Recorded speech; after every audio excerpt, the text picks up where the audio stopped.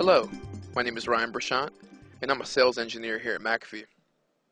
Today I'm going to show you how to create and customize policies within McAfee Web Gateway.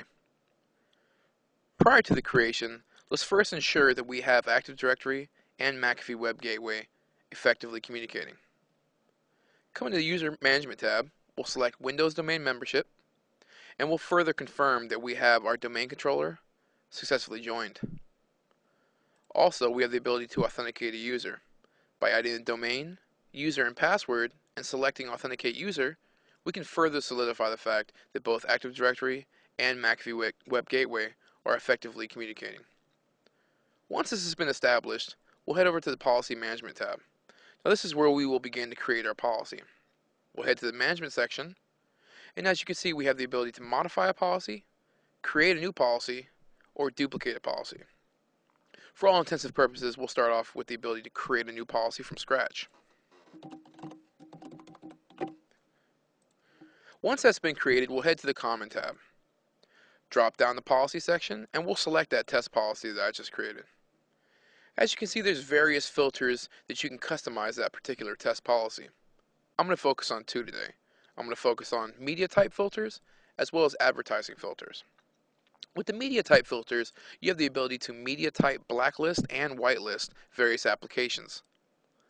I can come down here, I can select executables, and even flash video. What this is saying is that everyone that's adhered to this test policy will not be able to download executables or view any flash video. Another one is advertising filters. Advertising filters is very important because dealing with Web 2.0 threats, we're seeing a lot of malware. In doing so, we have the ability to strip advertisements completely from URLs, which will strip the malware prior to the user even seeing that URL. It is stripped cleanly, and you have the ability to replace it with a transparent image or another image of your choice. Heading over to URL filter, we'll ensure that we're still under the test policy. Now we'll come to the category actions. What these are the 98 smart filter categories. Now these are all going to be set by default to allow since we are creating a policy from scratch. However, you can set it to block as a default. Once that's done, we can come over here to the user management section again. So essentially it kind of showed you how to create a new policy from scratch and customize that policy. However, if you don't want to create a policy from scratch, you have the ability to duplicate a policy. So I'll come to this test policy, I'll delete it, and now I'm going to go ahead and duplicate a policy. So I'm going to use this test policy, but now I want to have it duplicate a particular policy that I already have in place. Once you receive the box, you will also receive a pre-config install, which will provide you with these particular policies. And these are your typical business bandwidth, typical business productivity, typical business security policies that, again, your typical business would run off of. Now, instead of creating from scratch, we can create a policy and have it duplicate those policies that are already in here. So what I'm going to do is I'm going to create that test policy, yet I'm going to have it duplicate the parameters of a typical business filter. By selecting duplicate, I can come over to the Common section.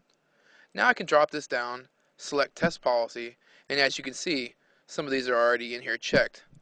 Come on to the URL filtering section, to the smart filter categories again, and now you can see that these are, pornography, nudity, provocative attire, spyware, adware. These are your typical business filters that would block. So now, instead of having to reinvent the wheel, you have the ability to duplicate a policy. Now I'm going to show you how you tie that policy into a specific OU from Active Directory. First, you'll come into the User Management section. You'll come into the Web Mapping section. And here we base off a hierarchical standpoint. So 1 takes precedence over 2, which takes precedence over 3, and so on. For all intents and purposes, I'm going to show you an example. I already have Active Directory integration. So for 2, I'm going to have all domain admins within Active Directory running off a typical business filter. However, I have domain admins that want to run off their own filter. So they'll come in the 1 section, taking precedence over this end-all be-all rule. I'll click the 1 section, and now those typical domain admins that want to run off their own can. So some of my engineers can run off their own filter. again taking precedence over everyone else in the domain admin section who's running off this typical business filter. As you can see, it's fairly easy to create a policy. One, we need to ensure that we have Active Directory integration, and two, you can either create a policy from scratch or you can duplicate a policy. Thank you for your time.